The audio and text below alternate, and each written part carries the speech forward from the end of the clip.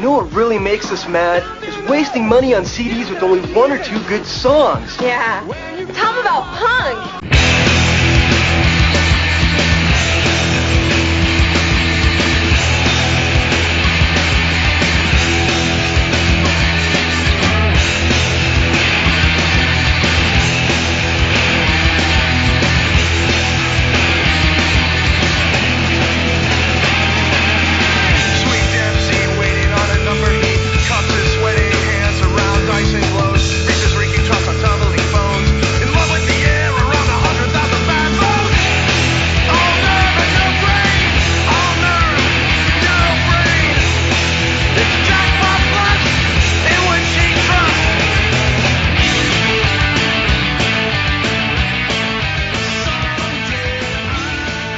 What's up, posers? Welcome to Punk Louder Pod, the game where no one wins. I'm your co-host, Justin Hensley. I am your other co-host, Dylan Hensley. That was a less... The energy on the What's Up, posers is getting lower and lower. Hey, I just woke up an hour ago, so leave me alone. What if you changed it to What's Up, lovers? Make it real creepy. Put a little more oomph into those intros. Like Prince addressing an audience. What's up, lovers? That other voice you hear is our returning most time guest, reigning champion of guest podcasting, is Cory. How's it going, Cory? Hey guys, I'm good. This is number 4, right? Let's see. Fest, X-Ray Fest, Specs, and what was the other one? There was another episode. Yeah, there was a third one. I don't remember. They all blend together. It wasn't something I liked. I literally forget what we talked about as soon as we stop recording.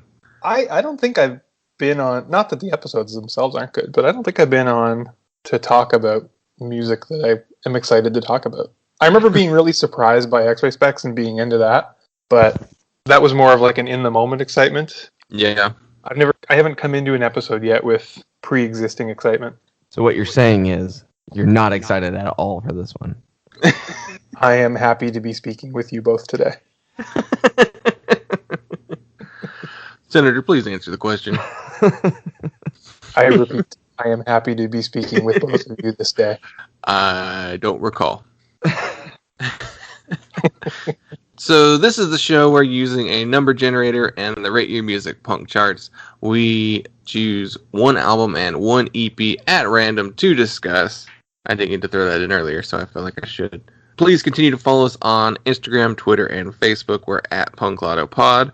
We have an email address that's punklautopod@gmail.com, and our website is punklautopod.simplecast.fm.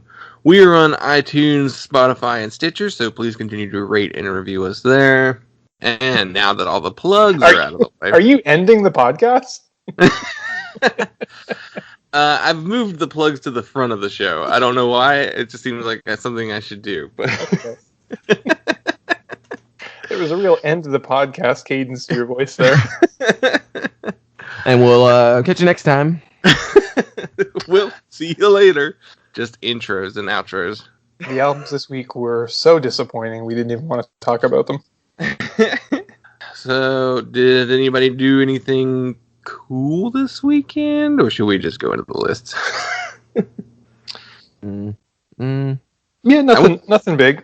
I told you this already. I'm excited that Vivian Girls reunited. That's some cool music news this week. Yeah, I saw a tweet today that said it was talking about how Vivian Girls broke up in 2009 and how vastly different the music scene was for women at the time compared to now, and how bad it was in 2009. Which, it's funny, 2009 is the year that they broke up. I thought it was later than that. Oh, the tweet definitely was mentioned 2009, so maybe that was just like a year they were active in. Yeah, I think they broke up in 2014. Yeah. Yeah, there's a good like little retrospective article that was up on Pitchfork yesterday, or that was linked in the news, that was worth revisiting if you're a fan of that band. That's cool. And I just saw today that a record label in the United States are repressing the very first Arab Strap record, so I'm excited to get that. because those are like $80 records. Yeah, that's been one of your top wants for a long time, hasn't it? Yeah, their stuff, like, they didn't have US pressings for most of those records, so everything was like import, and probably for the first like 4 albums. And yeah, like they're all out of print, and they're like $80 a piece online, if not higher. So this is pretty cool. So I'm happy to get a hold of this one. I actually wound up going to Johnson City on accident last weekend. Amber and I were on our way to the Highland Games in Grandfather Mountain, and the line was so long for the shuttle bus that we said, nah, and just started driving. And like 20 minutes later, we were across the border into Tennessee. So I was surprised at how far east Tennessee goes. I guess I just never really paid enough attention when looking. That top little wedge of Tennessee that goes way up. Yeah, because like North Carolina, yeah, they definitely like overlap each other for a good while. And then we were like, well, shit, we're in Tennessee. Let's keep going. And we were like 20 minutes outside of Johnson City. So like, let's go in there. And it's an interesting city. I did find one record store to go into, but didn't really find a lot in there that I wanted. Walked in and was immediately hit by a wall of pot smoke. So nice. I was like, cool. And they were having like a yard sale outside. So it was an odd day. It seemed like they didn't want to be inside. They all wanted to be out there selling at their booths. But yeah, Johnson City, interesting. I know it's a big punk city. There's like the record store seemed like a punk record store. They just didn't have a lot of stuff in there. And you didn't sing Wagon Wheel as you crossed into town? No, and I have no idea what you're actually referencing. You're just going to have to listen to the song to find out. Does it mention Johnson City? You're going to have to listen to the song to find out. I can't remember the full context of the line. I just remember Johnson City, Tennessee. I can't remember. I've heard that song so many times. I don't honestly even dislike the song, at least the old Crow version, but yeah, it's so overplayed. Do you prefer the Darius Rucker version? No. Though it's honestly not terrible either. It's bad. By pop country music standards, I think it's okay. Pretty good. Big old Hootie fan over here. Yeah. I kind of like some Hootie. that album with Let Her Cry, like that. I kind of like that album. I had a friend in high school lent me the cassette of that Hootie and the Blowfish album, and I want to remind you that this was 2004. So still past the time when anyone should be getting into Hootie and the Blowfish and giving cassettes to listen to.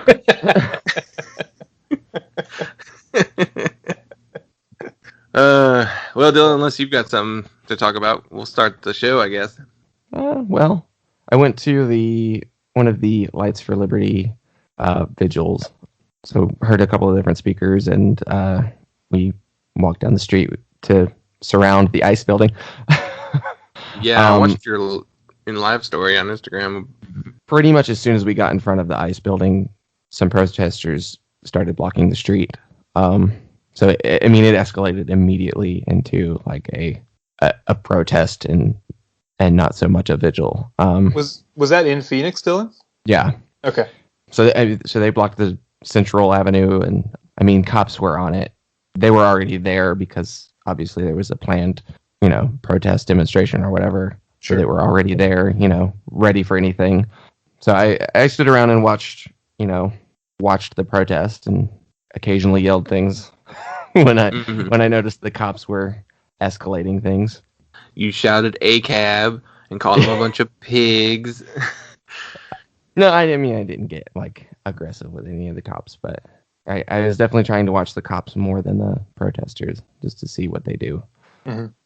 So that was an interesting experience. As far as I know, Phoenix is maybe the only city out of like the 700 cities or something in the United States that were participating in the Lights for Liberty where there were any arrests. I didn't find any information about any other streets being blocked or tensions between protesters and police. So there may have been others, but yeah, Phoenix was kind of the only one that I saw any info on. So yeah, It's interesting that they just went straight for blocking the road instead of like letting it accomplish what they were trying to accomplish for that day. Yeah, I don't know enough about if there was a specific group that did that or if it was just kind of like an ad hoc, some people started it and other people joined in. I did see people, some of the speakers were in and out of the street and in the crowd throughout that, that whole day. So it's not like people who had actually organized that event were like, no, we don't approve of this. And, Yeah. they had said up front, like, don't block the streets, don't walk in the streets, but, they kind of have to say that. Right. But I noticed a lot of the organizers and speakers were around throughout much of the night. So I decided it was time to leave when I saw them start handing out zip ties to all the police officers. It's like, it's gonna escalate. Yep. Yeah. In the next couple minutes. So, and my wife was already a little bit mad at me. Why, for staying? For staying, yeah. The group that we went with mostly left. No, I want to see how this plays out. Yeah. So that was my weekend. And I worked most of the rest of the weekend. So yeah, same here. Nothing else really exciting. Band practice on Monday, so that's going pretty well. I think we've got our bass player, so there's a pretty big step forward. Yeah, having somebody show up twice. 3 times. Ooh. That's more times than Courtney Love made it in a Babes in Toyland practice. That's a callback. Yes. To 4 episodes ago at this point. Well, all right. I guess we can get started with the actual show. So for this episode, we got the year 2009. What does your dream home look like? You will cough up crows that peck my eye. All my friends are living safe. Dear friends and gentle hearts.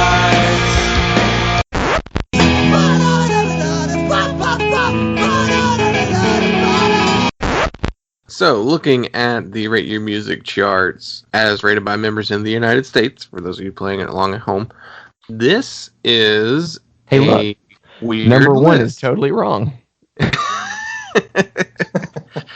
Yeah, again, this band, Brave Little Abacus, we talked about them before. I don't remember what year it was, but they were on the top of that list too. Yeah. And we did not know who this band was or where they even came from, but okay, whatever. Number 2 is more traditional with Rate Your Music, and it's Converge's Axe to Fall. Not my favorite Converge record, but it's still really good. Yeah, I was gonna say of their recent records, Axe to Fall is probably of the last 4 records. Axe to Fall, I think, is their weakest. Yeah, that's probably how I feel. It had a ton of guest vocalists too, which I remember was kind of the selling point of the album. But and a lot of co-writers. Like, there was a lot of collaboration in the writing. And it's a good record, but it's just, probably my least favorite of the last 4 Converge records. Cory, you're a big Bomb the Music Industry fan. That is not true. Well, my notes say you are, so... I was going to get you guys to guess how far down this list it took me to find a band that I even kind of like. Well, let me see if I can figure it out. All right. Are you on the first page still? I had to go second page. Oh wow. So you're not even like mildly a fan of anything on the first page? No. Not even like, I'm trying to think of the big stuff like Touche Amore and... No, not into it. I had to go second page. Isn't it against the law in Canada to not like propaganda? I'm a lawbreaker. You're a rebel. No, I've never gotten into them. Never been able to. I like the early stuff. I don't really like the weird power metal direction they went in later, but I like the first couple albums. I'm gonna guess number 58, Dear Landlord, Dream Homes. It was before that. This one might surprise you. Is it Marked Men? Even before that. Is it Piss Jeans? Yeah. Wow. That album's not great. Yeah. It's okay. But I as a band, I like Piss Jeans. Yeah, I remember that record coming out, and I listened to it. I didn't like it as much as the ones before, or even the ones after. But yeah, I remember listening to that album in 2009 a lot. I wouldn't have pegged you for a Piss Jeans fan. Oh, it seems a little outside of your. Yeah, I don't think I really like any other bands that sound like them. Yeah. Yeah, I don't know. I don't know what it is about them. Just dig it. After that, though, yeah, it's Markman, Dear Landlord. That Hunches album's pretty good. Hunches? I don't know that one. I like Strike Anywhere a lot, but that that's okay. Yeah, I don't know. Well, I told you before that I was looking through my own collection to see what I was listening to in 2009, and not a lot of stuff on these first 3 pages. While I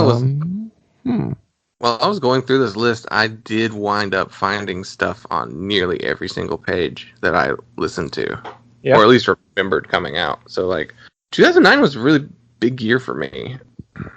Going back to the first page real quick, I did want to mention this is the year of Touche Amore's To the Beat of a Dead Horse, which is kind of the first good one. Yeah, it's the only one I care about. Yeah, that first page is weird. There's a lot of stuff on here, but nothing I really care a whole lot about. There's a lot of post-hardcore. There's a lot of metal.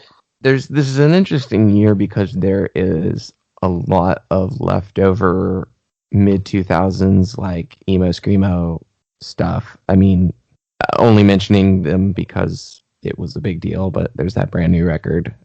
There's some other weird stuff like Dance Gavin Dance and that is way higher rated than Force the Band and Every Time I Die, Emery, Thursday, all of these records and bands that I would not expect to be on the first page.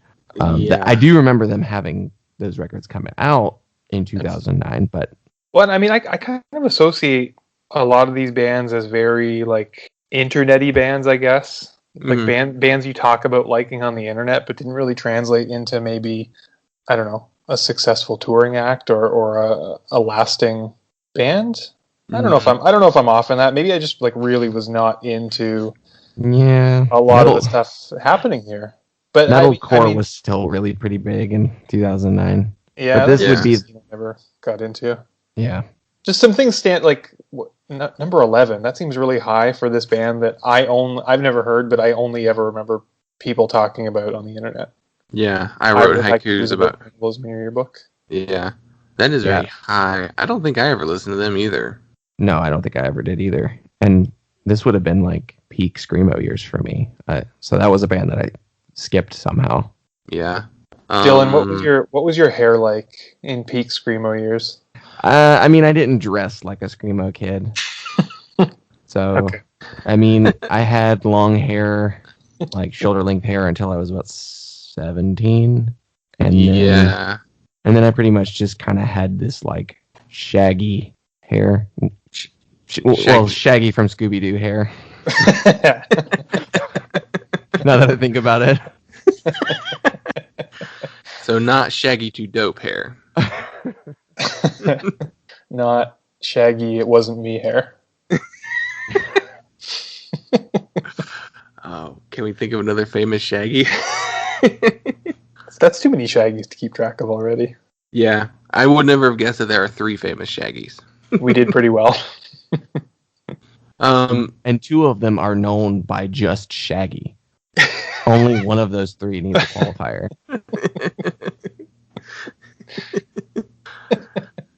Page 2 is where I come across more stuff I liked. The big one is that Coalesce record, Ox. That was their big comeback record. And one of their best records, even. I remember being incredibly excited when that record came out, which makes me wonder what the hell I was thinking when I made my top 10 albums of 2009 list on Tumblr of that year and not included that Coalesce record.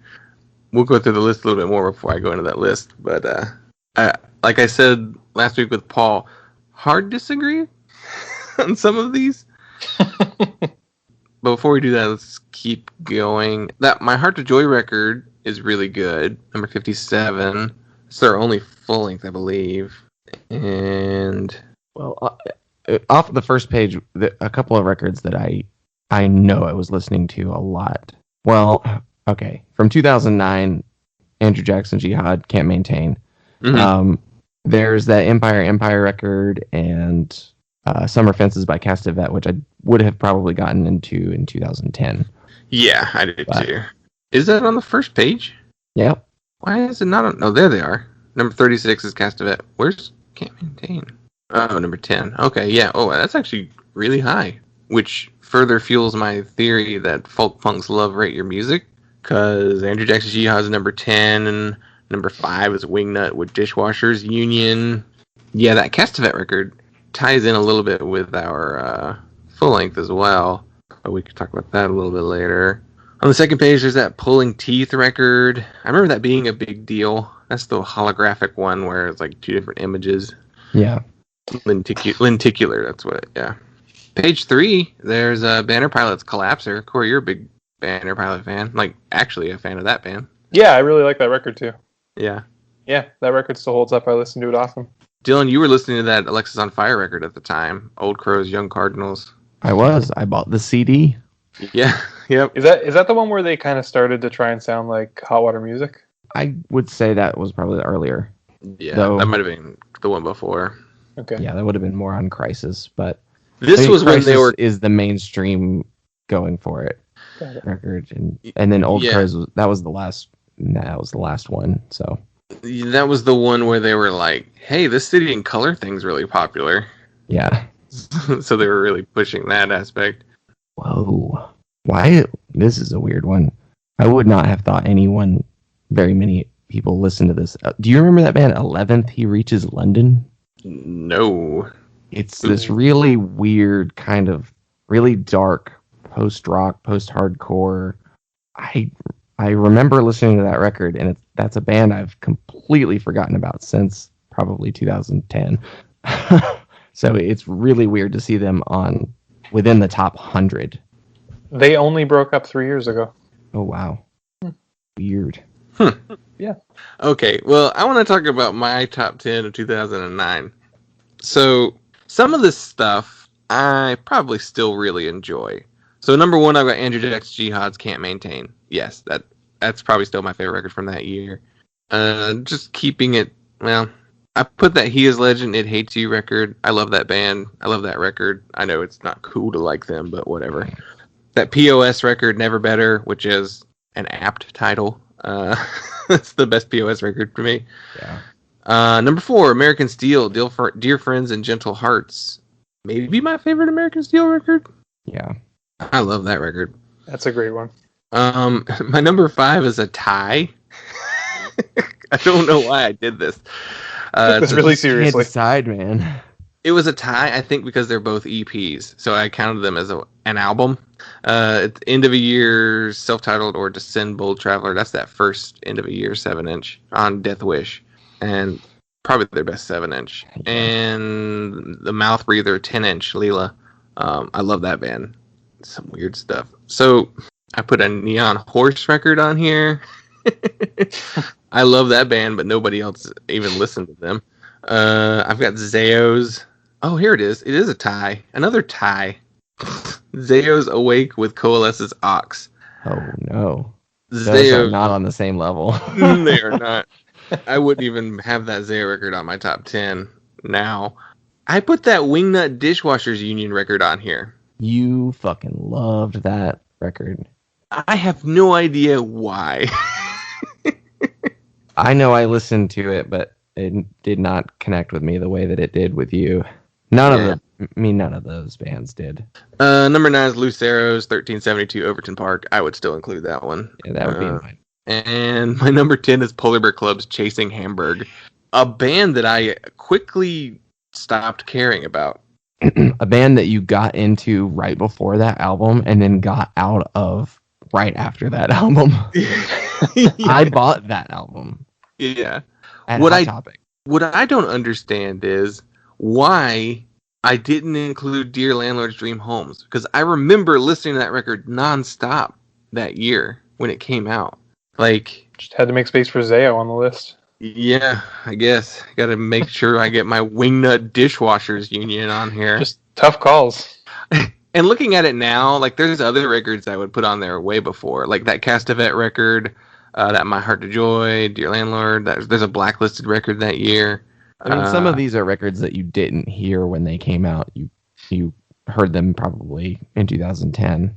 Yeah, like that Brainworms second album, The Bomb, Speed is Everything, and Casting Out, which I definitely heard later. So it's funny how like you can just like reorganize things in your mind. But like, no, why would I think that was good? Well, unless anybody else has anything else to say about the list, the charts, we can get into our album. Let's do it. Do it. Cool. So for this episode, we got number 383 on the Rate Your Music charts, and it is Victor Fix the Sun, Person, Place, Thing.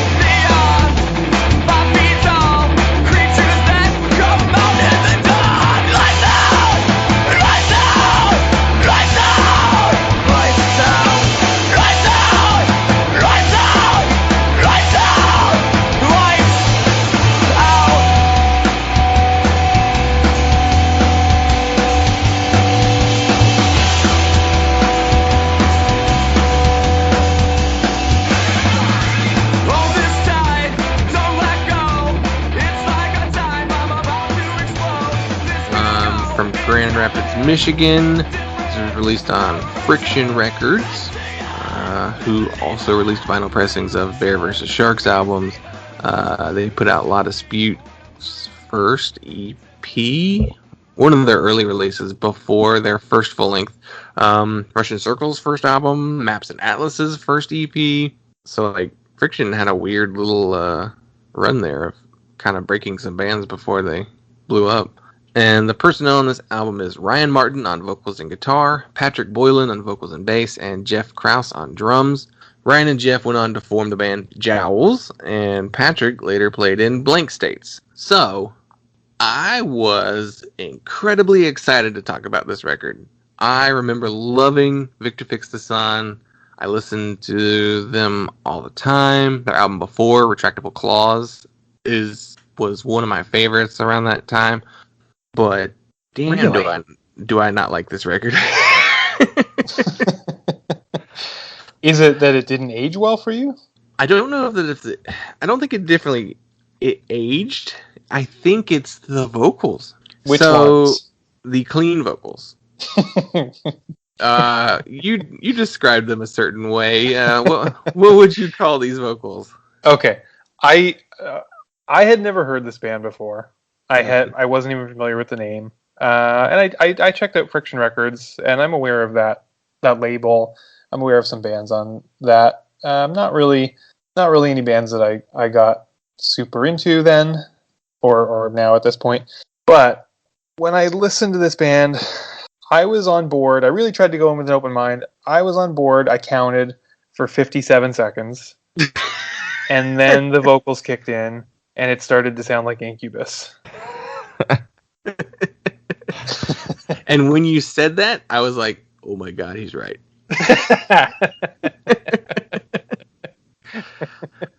So there's two different types of vocals on here. There's like these weird jazzy, clean sung vocals.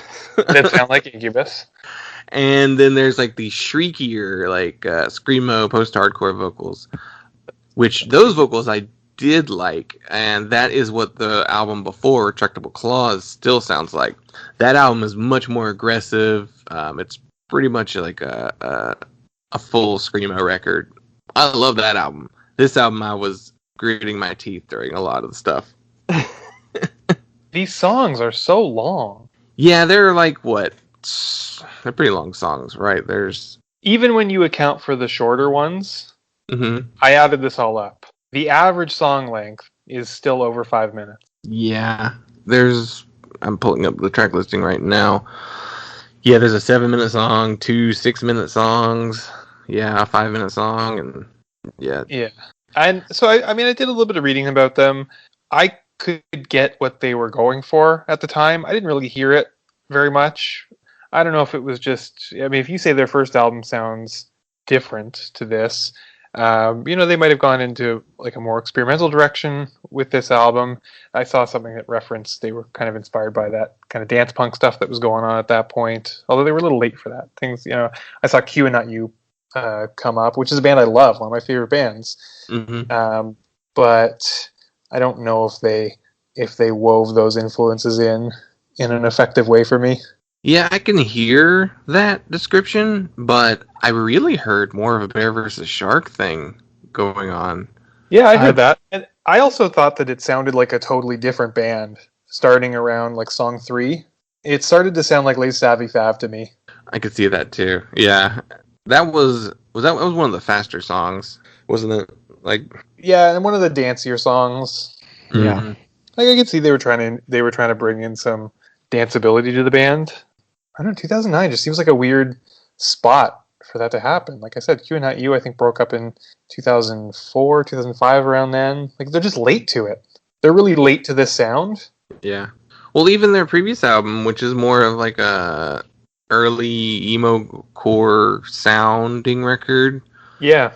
is too late for 2007. Which, I mean, I guess in 2007, it's not so much like late on a trend. It's just more of a, inspired by an older sound, but Well, and the more screamo parts to the album as well, to me, they don't fit in with the kind of screamo that was happening. Like, I don't think you would put a Victor Fix the Sun record next to a Touche Amore record and, have the same experience or have the same fan base maybe. Like, the kind of screamo that they're pulling from, like, it made me think of Kodan Armada a lot, which, again, like, early 2000s, 2002, 2003, around there? they were lumped in with the emo revival that was going on at that time. So that was like, it's not the most accurate, but they were lumped in with bands like Snowing and Algernon and even Tiger's Jaw a little bit, Grown Ups. Like, they had a lot of the same fan base, which explains why I like them so much, because I was listening to a ton of that stuff in 2009. Yeah, That's interesting. I don't see it when I. Oh, sorry, Dylan. Go ahead. Yeah, I was gonna say, like, if this record to me, it sounds like it's almost similar to Native or like 1994 or some of those other math rock screamo post hardcore bands that, and it were like a dime a dozen in 2009. Yet it doesn't really fit.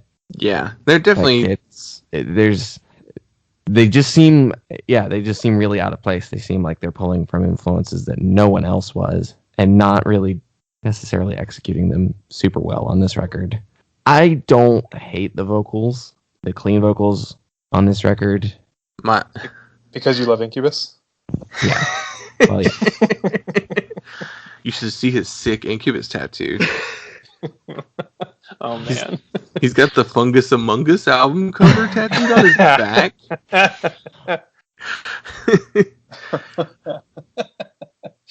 I definitely hear the bear versus shark thing the most, and I don't even know if that was a specific influence they drew from, but I could see it being that because they are from Michigan and we're on Friction Records. So yeah, I always assumed that they were trying to do a bear versus shark. Like, I always got the feeling that they were like, oh, Bear vs. Shark was a great band. They were super underrated, and they broke up. And we want to try and do that kind of like blending of styles and maybe having that kind of dancey rhythm section. But I think they pulled it off. That's probably the one they sound the most like, mainly in the guitars and the drumming. It's more like their Terror Hawk. Like, that's the weirder, more experimental Bear vs. Shark record.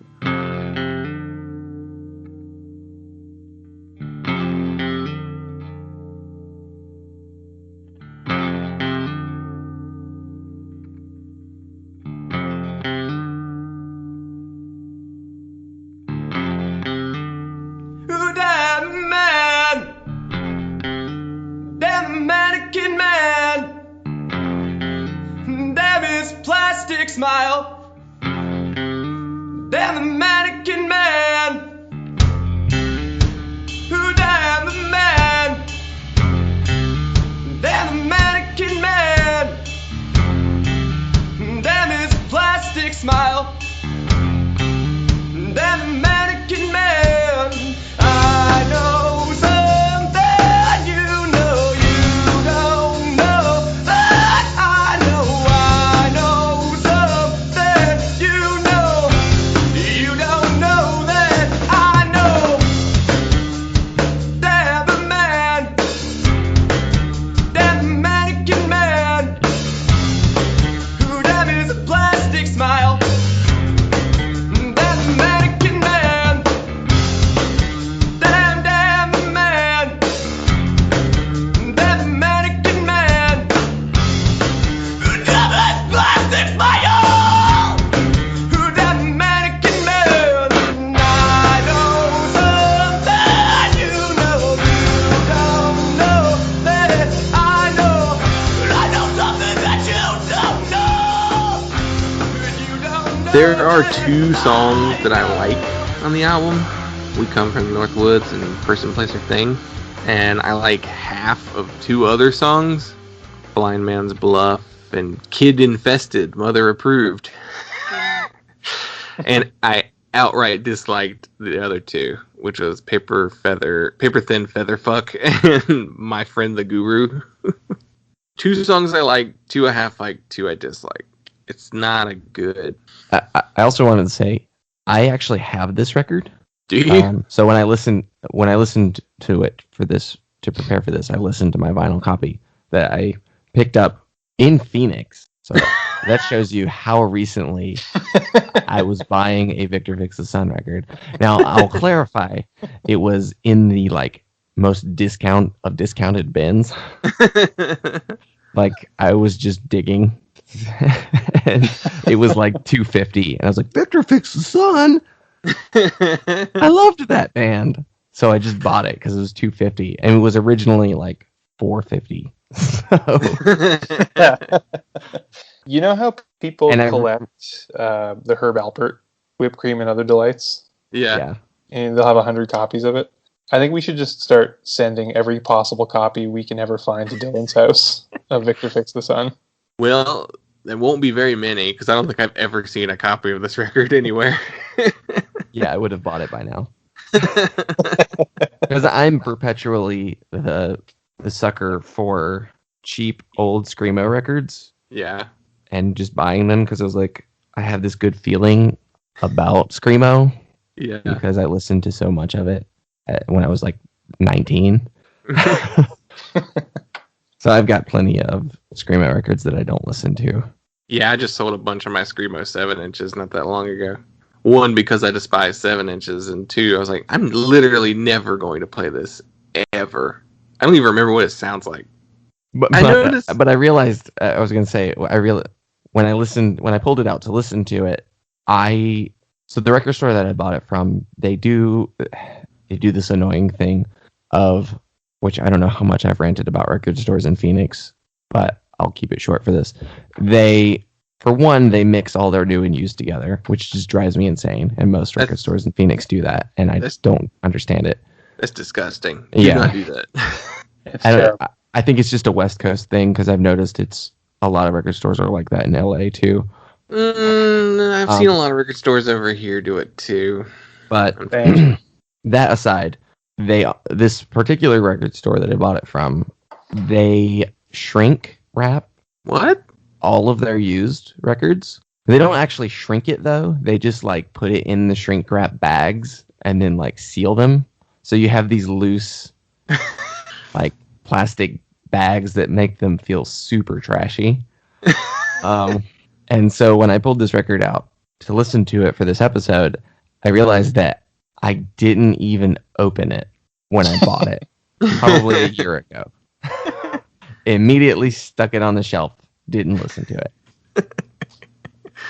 So if you see me picking up any screamo records in any record stores, remind me that I probably won't even listen to it once. We should tell you to go listen on the turntable that the store has. Remind yourself if you actually want to listen to it.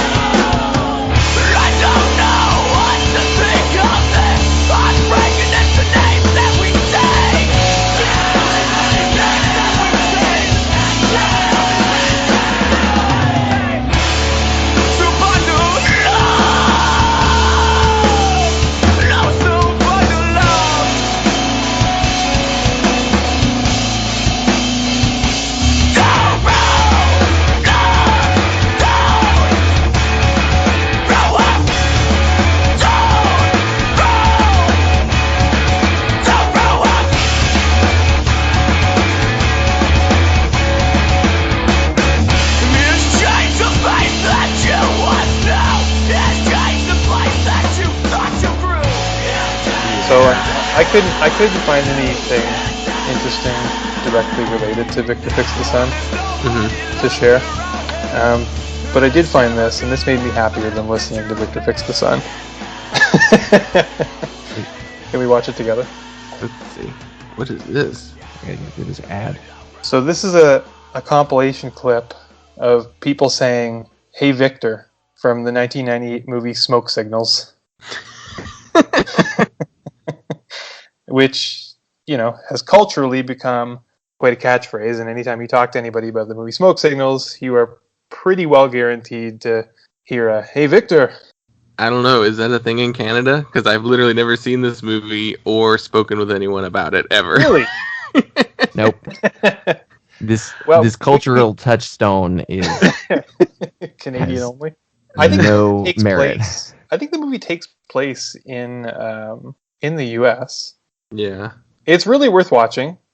It's a fairly unique movie in that it has an all indigenous production team, the producers, the director, the screenwriter of the film. Yeah, it's worth watching. And they say "Hey Victor" a lot. And I liked watching this better than listening to Victor Fix the Sun. Yep. You must be a bigger deal up in Canada than here. All right, well, your homework is to go watch Smoke Signals. I've heard of the movie. I've seen the DVD in stores, but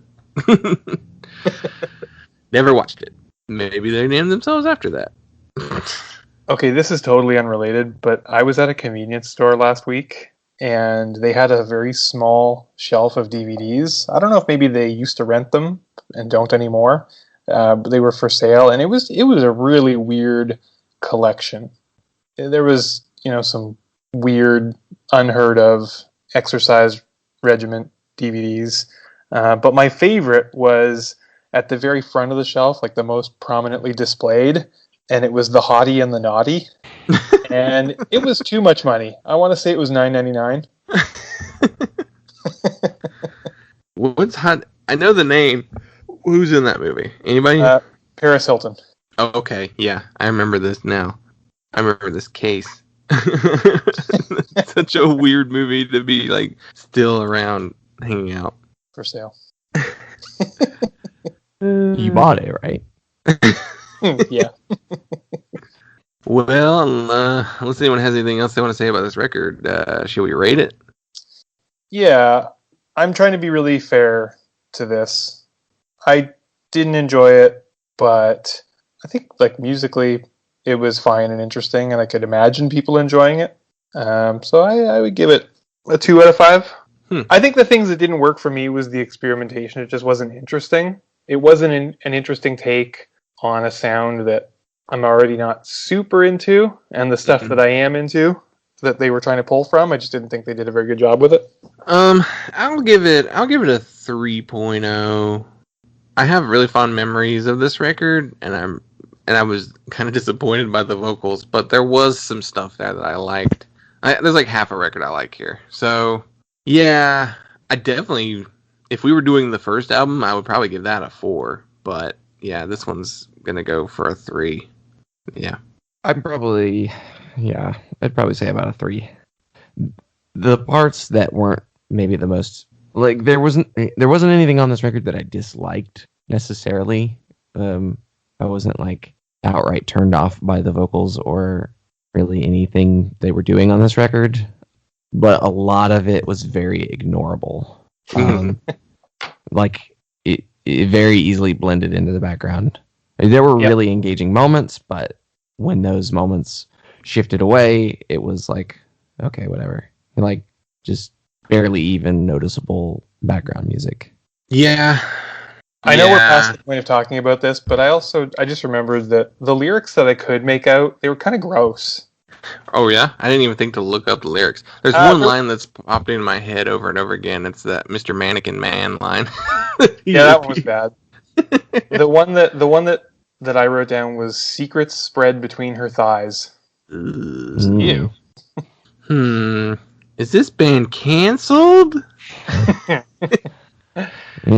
It might just be like a cringeworthy attempt at erotic poetry. Yeah. Yeah, it's funny. Like I said, I loved the album before, and I actually really love Jowls, the band that they did right after this, which was even more aggressive than the previous album. That was like a straight up like screamo record, but like a real heavy one. So yeah, this was just a weird little detour, I guess, in their experimentation that just didn't do it for me, unlike it used to. So I don't know. Yeah, well, I know I listened to this record multiple times. Yeah, in the past, and I'm not dying to revisit it after this. Kind of a recent. shrug. Yeah. Sorry, Victor. Yeah, I like your other stuff. Victor, fix these songs. Sorry. That was good. All right. Let's go on to our EP. Oh. So we got number 49 on the EP charts, and it is NOFX. Too high. It is too high. It's their EP, Cokie the Clown.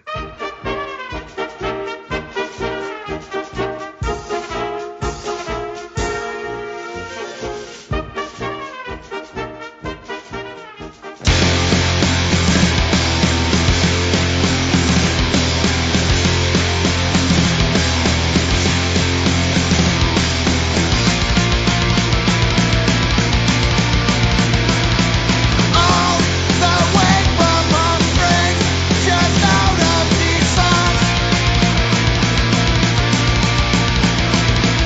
Show him a war well known.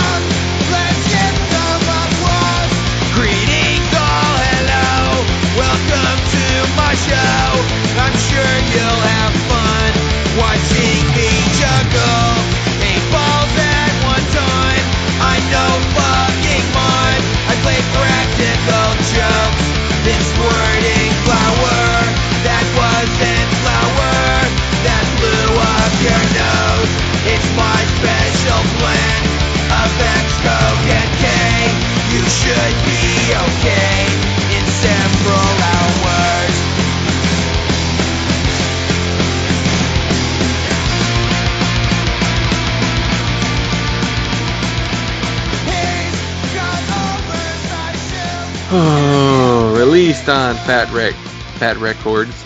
I always space it out for some reason. The personnel is Fat Mike on bass and vocals and acoustic guitar, Eric Melvin on guitar and vocals, El Jefe on guitar and vocals, and Eric Sandin on drums. This EP was produced by Bill Stevenson from The Descendants and Jason Livermore at the Blasting. What's it called? Blasting Room? The Blasting Room, yeah. Yeah. Just a stain on their resume. Fat Mike is the titular Cokie the Clown. And these songs were recorded during the Coaster recording session. Okay. And I remember there was the Coaster album and a 7-inch that went along with it. I don't remember what the 7-inch is. And this EP came out like later in the year. So 2009 was like a big year for NOFX. Didn't that Coaster album have a different name for the LP? Wasn't that called Frisbee? Maybe. I Yeah. think the CD was on called vinyl as Coaster. Frisbee. Yeah, the CD was called Coaster. The record was called Frisbee. Which is, I remember that being kind of funny, and we talked about it with our friends when that came out. We also didn't listen to the record. No. We were like, "Oh, that's a clever," but it's NOFX. So Yeah. I mean, maybe we should just get that out of the way, that none of us are NOFX fans. no, not at all. Not even like the quote unquote good NOFX.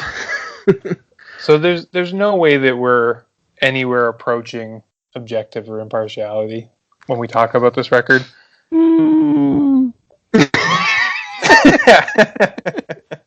I think I can objectively say that the reason I'm not a NoFX fan is because they're terrible. But if you were a NoFX fan, would you like this EP? So that was something I noticed. I saw a lot of comments on the YouTube stream that I listened to this EP on because I was not gonna dirty up my Spotify. Oh, my Spotify recommends are all fucked up. Yeah, this show is already messing them up. A lot of the comments I saw were people saying Cokie the Clown sounds like old NoFX. See, So that was my thought.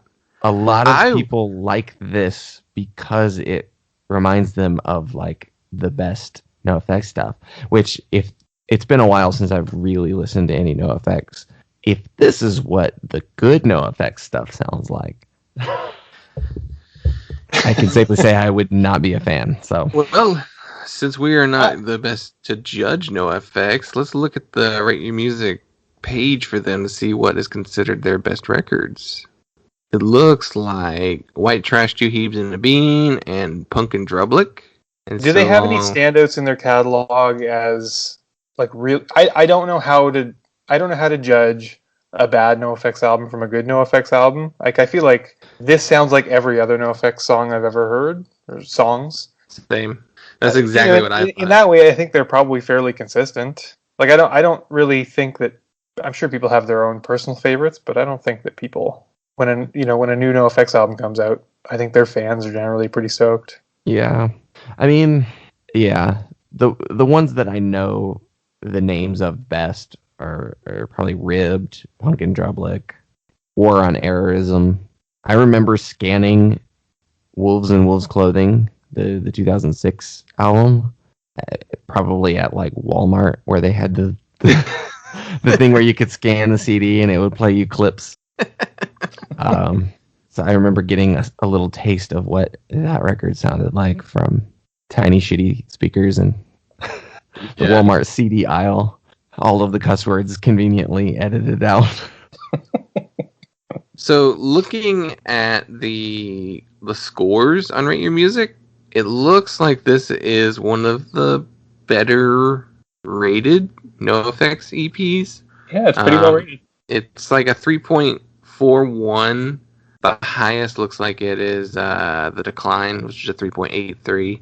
And the lowest is, Thalidomide Child with a 2.17. But it's only got 4 ratings, so that doesn't really count. And maybe it is interesting. It does seem like some of their highest rated stuff would be their EPs. Yeah, they do have higher scores than the albums themselves. The highest rated album was a 3.48, and that's Just a little above this one. yeah. Yeah. Interestingly, though, Coaster has a 3.13, so the LP wasn't even that well liked compared to this EP. I like the reviews here a lot. Captain Chaos says, listening to My Orphan Year acoustic, it took everything I had not to tear up. Buy it for this track. Every comment, like almost every comment on the YouTube stream was like, wow, that song was already a tearjerker. So that's a acoustic version of an older song? Yeah. What song is that album? Really bad acoustic It is, song. but isn't it like a really personal song? Yeah. Yeah. That doesn't It's make off- it good. It's off Coaster. Yeah. So going into this EP, I was dreading it. I was expecting the Cokie the Clown modern day sound. I didn't listen to it. I remember the stories of Cokie the Clown, where he made everybody think they drank his pee, but he didn't really. But did he? Like, I don't remember what the story wound up being. It just felt like dumb edgelord bullshit, and I was like, oh my god, this is so stupid. But that's Like what I think of when I think of NoFX. I think of it as punk for edgelords.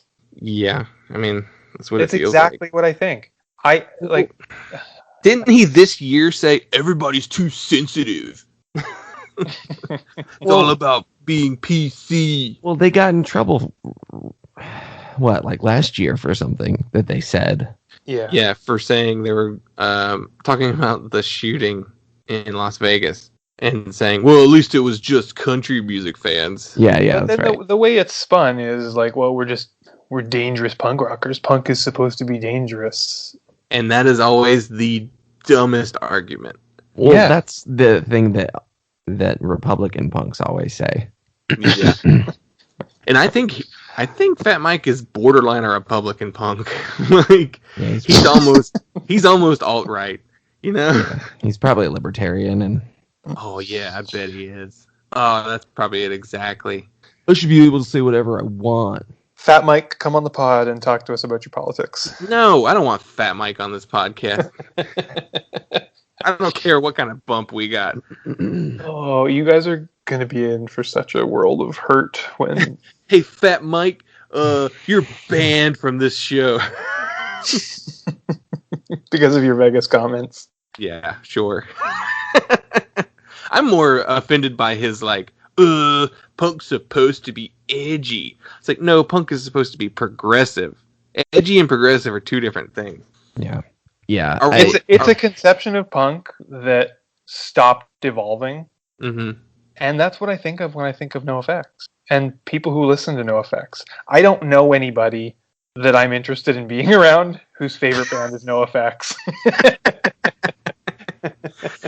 Yeah, because even the people that like I know who used to like NoFX understand, and they don't even really like current NoFX. So like, and I don't know that they would even say that they would still be one of their favorite bands. So Yeah. I know people would be like, "Oh, I used to love Punk and Drublick, and the Decline's cool," which I'll admit the Decline is cool. That's probably the best thing they ever did, and the scores actually reflect that. I moved from Massachusetts cause I couldn't be controlled. I moved from Massachusetts cause it was fucking cold. I moved from Massachusetts cause I wanted to tenfold. I moved from Massachusetts because my house got sold. Straight out of Massachusetts. Straight out of Massachusetts. I moved to California. I heard it was a place to be. I moved to California, to the San Fernando Valley.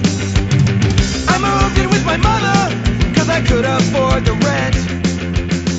I moved to California. Do you want to go through the actual songs on this EP? No. So, okay, first song is really long for what it is, Yeah.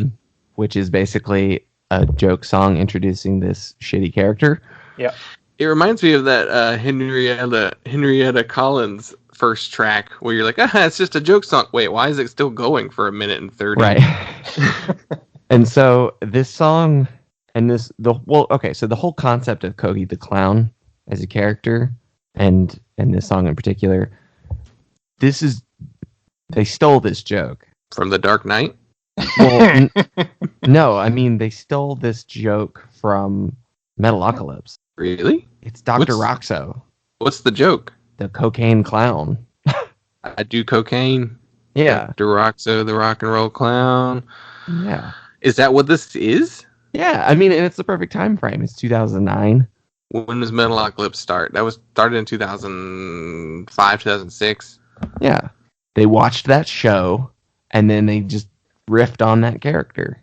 Well, I also think it's a little bit Krusty the Clown, too. Yeah. I mean, and Dr. Roxo, in his own way, is a little bit of a reference to Krusty the Clown. I mean, it's a pretty worn concept. I was going to say, just like a clown doing bad things is Homie the Clown. The tragic clown, yeah. Well, and so, yeah, Dylan, I'm not familiar with Metalocalypse, so I can't speak to that. But my interpretation of it is that it's kind of this cover to get these songs out that and these maybe stories and feelings that he can't get out in otherwise normal NOFX songs. Why not? Yeah, I know. Why not? I don't know. I mean, I think that there's probably something genuine in there, that these songs are really hard. Like, I've read a couple comments about the most recent full length that he's talked about. Like, these songs are really hard for him to perform. I find, like, reading the lyrics that's really strange to think about. But I'm not doubting that he has some pretty serious issues and some serious emotions behind some of his experiences. But that's not a cover for the music not being good. No. I mean, the first song starts with circus music, which, okay, we've done circus music in songs before. No band ever needs to do circus music in a song ever again. Although that just reminds me, Cory, remember that new Good Luck EP that just came out? I sure do. So one of my favorite things on Spotify, I don't know if you've had this experience, Dylan, but Justin and I were talking about it, is when, maybe 10 years after a band is broken up, all of a sudden a new band has that name, but they don't create separate listings for them on Spotify. Yeah. Mm-hmm. So I was looking through the upcoming releases, and I saw Good Luck, and I was like, oh, Good Luck, that's pretty cool. I used to really dig that band, and I still listen to them every once in a while, and I didn't know they were still active or putting anything out. And I don't know how to describe the music I don't either. Popped up, but it was not Good Luck. The EP was called Join the Circus, Dude. Okay, so there's that. What about the other? What other songs stand out on this EP? None of Okay. Well, the next song is about how Massachusetts sucks. Mm-hmm. Is he from Massachusetts originally? I think that these are all autobiographical songs, so Yeah. probably. Yeah, it really sucked. The music sucked. The lyrics were dumb. Yeah, he's from Newton, Massachusetts. There was one song I thought sounded a little like MXPX, Fermented and Flailing, which reminds me. Mention that song and say, I got about halfway through that one and realized it wasn't necessarily bad. I wasn't paying attention to it at first, and then I was like, wait, where's the dumb joke in this song? Yeah. And then I read the lyrics and I was like, oh, not the best written, but it's maybe the most serious. But then you thing get to on Codependence Day. here. Right. And then My Orphan Year acoustic. Yeah. Ugh. I think that there's a difference between being legitimately shocking and I think that's hard to reach probably nowadays. But what it does is it makes attempts to be shocking stand out all the more. Yeah. I don't find anything that NOFX or Fat Mike says or does shocking. I don't think it's interesting. Well, none of it's really shocking because I guess shocking implies an element of surprise, or that what he's saying, the things he says and does are somewhat unexpected.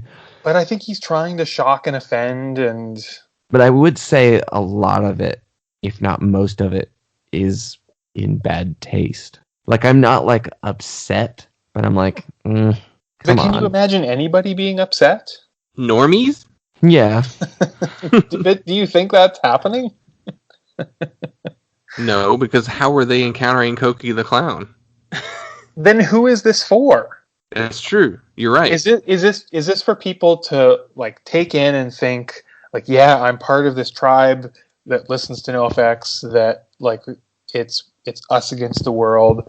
We're shocking, we're offensive, we're loud. We're all Cokie the Clown. We're all troubled.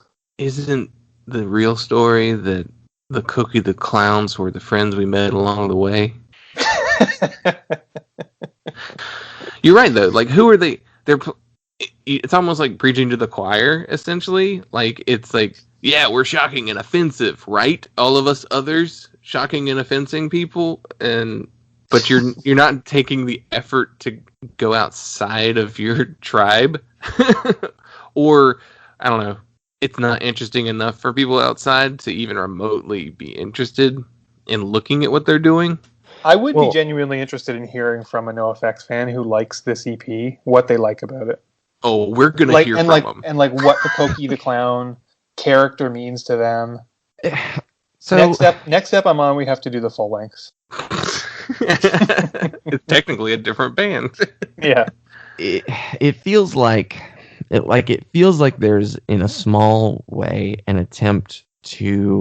there is an attempt at some kind of like introspection with this character and with some of these lyrics, and talking about, substance abuse and, being a shitty person, where there's kind of a self-awareness of that shittiness. Yep. But it doesn't show any progress. And it doesn't seem to show any attempt to actually treat those substance abuse problems and make efforts at improving your mental health. It seems very regressive and just like, this is who I am, and it's shitty, and fuck it. And I'll make you drink my pee. That story was shocking. Remember when him doing the tequila and pissing in a bottle? It was like a South by Southwest. I remember it was a big deal. And then it was later revealed that, oh, it's just a joke. He switched out the bottle. And he was banned from that venue. Yeah, I think it was Emos in Austin. Yeah. My opinion my reaction to that story was, I think more people were just pissed off about it than actually shocked, Because everybody was like, God, that piece of shit. Like, nobody liked him nobody was like, oh, that's so edgy, man. He thought he was doing some G.G. Allen stuff. Yeah, or like Ozzy biting the head off a bat. Yeah. But really, he was just making everyone mad. I saw the picture you sent us in the chat right here, and oh my God. It's the album cover tattooed on the entire side of a person's torso. That's really big. It's huge. That's like at least a foot? More than that. Yeah, that's atrocious. I had some fun finding stuff for today's episode. I've got another one. Man. Oh, a cover. I'm instituting a new segment, tattoos and bass covers. I thought this cover was really funny because his head doesn't appear in it at all. The blinds are drawn behind him. The song is not super audible. The bass is really farty and loud. It's also not an interesting bass line. Why did you record yourself playing this? Oh, his strumming pattern's not very clean either. He's getting hung up on that third string. Yeah, I thought everything about this video was funny. 106 views. Yep. I want to know how old he is. He has the body of like a dad. When was this made? Just a couple months ago. This year, yeah.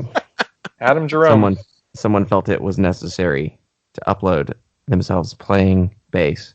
Some of his other videos include a self-described shitty bass cover of "Look What Happened" by Less Than Jake. The Kids Aren't All Right by The Offspring. I think don't open that link I just sent you. Open the next one first that I'm going to put in, because we'll save that one for last. Oh no, DeviantArt. No. No. This is a side of the internet I don't go to. Oh, good. It's just a tattoo. Okay. Whew. I didn't want to see us any Sonic, like, deviant art. A Sonic the Hedgehog with Cokie the Clown, face paint and hair. I mean, there is so much good stuff on DeviantArt. No, there's not. Oh, God. This one's my favorite, and then we'll go to the last video. Not even close. Is this his Halloween costume?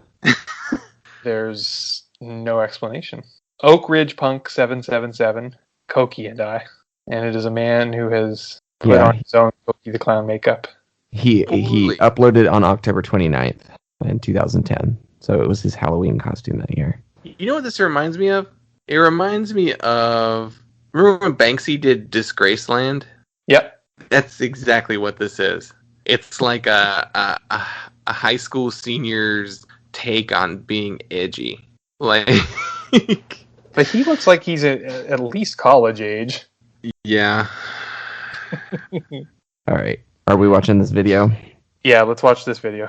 This is from YouTube user Joey Rocker TV, and this is his guitar, bass, and vocal cover of Cokie the Clown. There's a higher production value for a cover than I would anticipate. Yeah. I mean, he pretty much made a music video. I really like this. I really like the stumbling down the dirt road. No, it's got lyrics included in the video.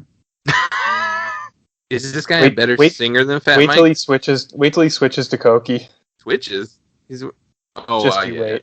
I think I was ahead of everyone. He switched already. He has a very still face while he's singing. It's just his jaw moving. His mouth isn't actually moving. I'd say he's about on par with Fat Mike as a vocalist. I was actually thinking to myself when I was listening to this EP, and especially on the acoustic song, for someone who has been singing professionally for as long as Fat Mike has, you would really have thought he would have gotten better. But just no effort. But people really like him. Edgelords. People who still think like Fat Records is like the coolest record label ever. Yeah. People who think lyrics like, I play practical jokes, this squirting flower, that wasn't flour that blew up your nose, it's my special blend of X, Coke, and K, you should be okay in several hours. People who think lyrics like that are funny. It doesn't rhyme either. Like, also, squirting flowers shoot liquid, not powder. Some shoot powder. Okay. Well, let's not also forget the line about putting Rohypnol in the lemonade. Yeah. Let's just. Is Cokie canceled? He should be. Gross. Let's finish this. Yeah. All right. What are we gonna rate it? Like. I like when we all groan. A 1. A 1. I'm trying to decide if it really is a 1 for me. You know what? If you remove Fat Mike from the equation, it's not the worst thing ever. So I'm gonna give it a 1.75. I'm going 1.25 for that reason. If it was without vocals or with a different vocalist, it would be fine. Because the rest of them, they all sound totally competent. You know, like they're tight, fast skate punk. Yeah. Yep. It sounds like a million other bands from 1994. Yep. Yeah. I mean, none of these chord progressions or any of the guitar playing is inspired in any way, though. I mean, it's like, yes, these are chords that you can play next to each other, but they're played with no energy, and there's no interesting breaks, or it's just